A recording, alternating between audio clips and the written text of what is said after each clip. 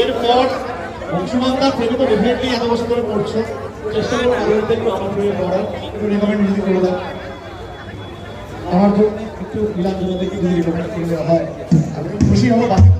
হ্যাঁ, যদি কেউ নীলাঞ্জনা থাকো তাহলে প্রাণের সঙ্গে একটু যোগাযোগ করো প্লিজ। একদম, thank you so much, thank you. Coffee খাবে? Thank you ma'am, thank you, love you so much bro. এটা একটু অরিজিতের কে কে ফ্যান আছে ওখানে? একজনও নেই? অরিজিৎ